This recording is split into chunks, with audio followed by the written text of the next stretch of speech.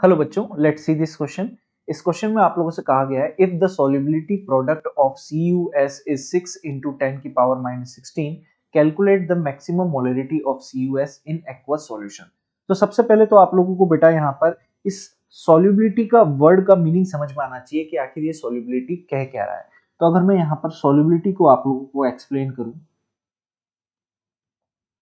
Solubility word का मतलब समझिए कि कोई भी सब्सटेंस किसी सॉल्वेंट के अंदर, कोई भी सब्सटेंस किसी सॉल्वेंट के अंदर, यहां मैं लिख देता हूं, कोई भी सब्सटेंस किसी सॉल्वेंट के अंदर, किसी सॉल्वेंट के अंदर कितना मैक्सिमम डिसॉल्व हो सकता है, कितना मैक्सिमम डिसॉल्व हो सकता है, उसी को ही हम क्या बोल देते हैं बेटा, उसका जो डिसॉल्व होने वाला अमाउंट है, इसी अमाउंट को हम लोग क्या बोल देते हैं बेटा, सॉल्युबिलिटी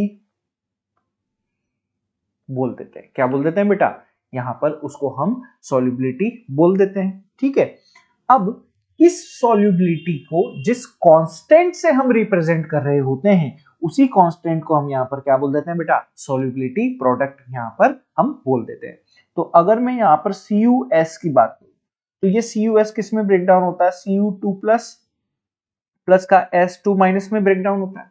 अगर इसकी सॉल्युबिलिटी को मैंने S माना हुआ है तो इसकी सॉल्युबिलिटी भी बेटा S होगी, क्योंकि इन दोनों की स्टाइकियोमेट्रिक कोफिशिएंट यहाँ पर क्या है बेटा, इक्वल है।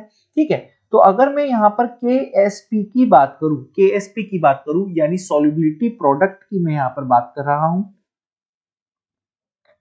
सॉल्युबिलिटी प्रोडक्ट की मैं यहाँ पर बात कर रहा हूं, तो ये सॉल्युबिलिटी प्रोडक्ट होगा, ये S इंटू ये S multiply with S, so KSP यहाँ पर हो जाएगा बेटा आप लोगों के पास S स्क्वायर।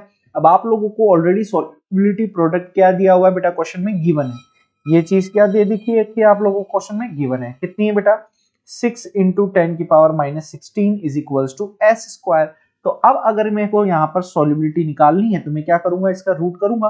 तो 6 into 10 की पावर -16 का रूट करूंगा तो ये आएगा 2.45 into 10 की पावर -8, यहां पर आप लोगों के पास ये आ जाएगा। अब भाई सॉल्युबिलिटी का मतलब है कि कितना मैक्सिमम अमाउंट पर लीटर सॉल्यूशन में डिसॉल्व है, यानी ये जो आप लोगों के पास आया है ये आप लोगों का मोल पर लीटर में आता है। क्यों, क्योंकि जो सॉल्युबिलिटी होती है वो सिमिलर टू मोलरिटी होती है, similar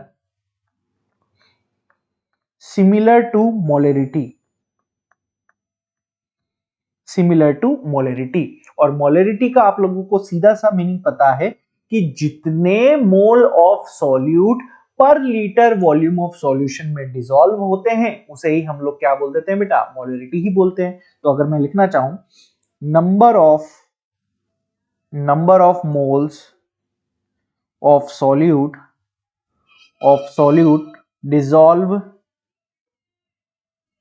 dissolve in per liter volume of solution, in per liter volume of solution, per liter volume of solution known as molarity। और ये मोलरिटी किसके इक्वल मानी जाती है बेटा, आपकी सॉल्युबिलिटी के इक्वल यहां पर कंसीडर की जाती है।